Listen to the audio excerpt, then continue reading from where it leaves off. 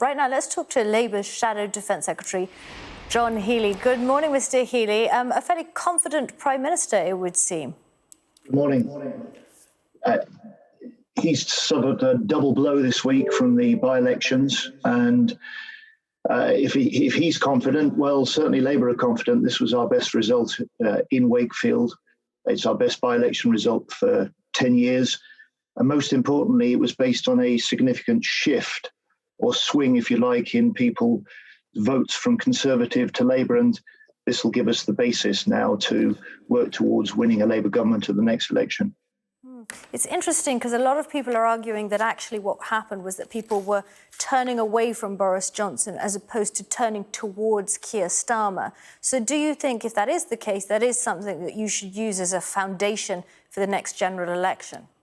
It's certainly a foundation for the next general election. It builds on just enormous progress we've made since Keir Starmer took over as Labour leader, when at that point, just over 2 years ago, we were more than 20 points behind the Conservatives. And it was based, I think, on both what you've suggested. There was an extraordinary level of disgust and discontent. And I think people have seen through Boris Johnson and lost confidence in the Conservatives in government.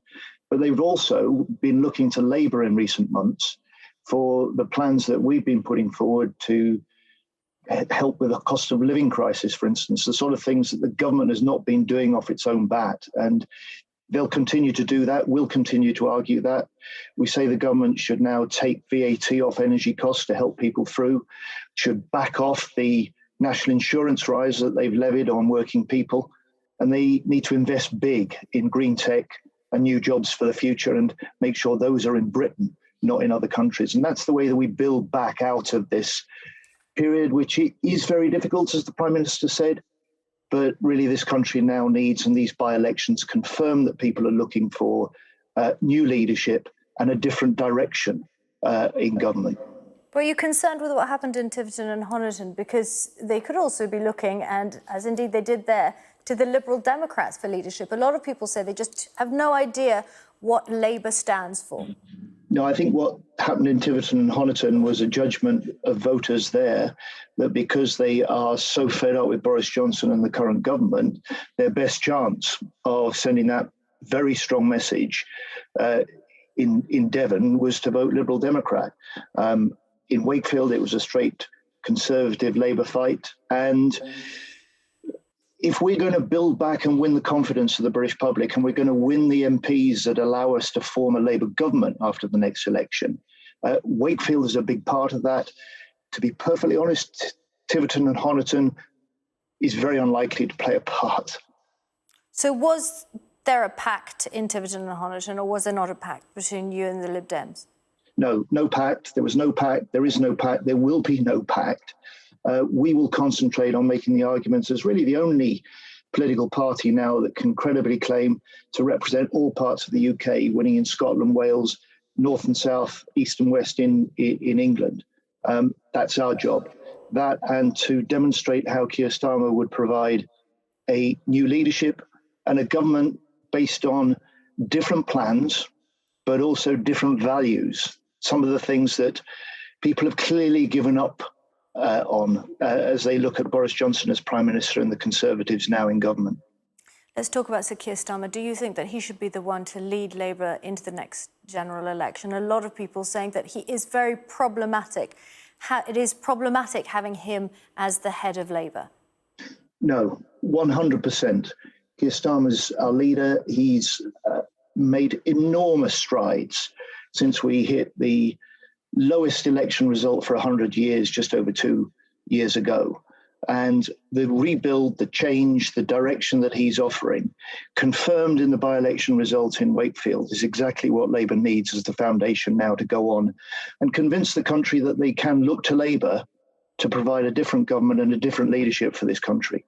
He has my backing 100%. And I don't think there's any question within the Labour Party about that. There's no denying his credentials. There's no denying his experience. However, there are questions about his charisma. Do you think he is charismatic enough to lead your party to a win? I think Keir Starmer is what Britain needs at the moment. People think he's more honest than other politicians. and quite frankly, a bit of honesty, decency, competence, fair-mindedness is what we don't have within government at the moment, and what this country badly needs. And it would go a long way to helping us through what is a tough period now and set to be tough in the next 2 or 3 years too. Let's talk about the rail strikes. If more Labour frontbenchers go on picket lines today, do you think that they should resign or should they be sacked? I think our full focus should be on pushing the government to do its duty instead of standing back and fanning the divisions and making the dispute worse. Government should be bringing the parties together and looking to resolve the question so that rail workers have a fair pay rise and the railways have a plan for the future. And Keir Starmer is absolutely right when he says, look, our shadow cabinet job is in Parliament, not on the picket line. And but my question to you was whether you think frontbenchers, Labour frontbenchers who go on picket lines today should resign or be sacked, not about what the government should do. No, I think the full focus for Labour should be on getting the government to do the job that government should do. And that's principally in Parliament. And as a shadow cabinet member, I won't be on the picket line. I'll be at the ceremony and parade in Rotherham to honour those who serve in our armed forces on the annual Armed Forces Day.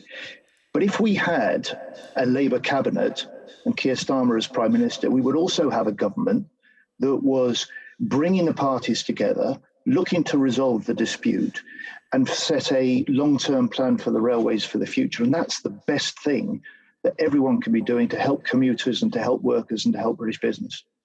OK, Mr. Healey, thank you so much for talking to us this morning. Thank you.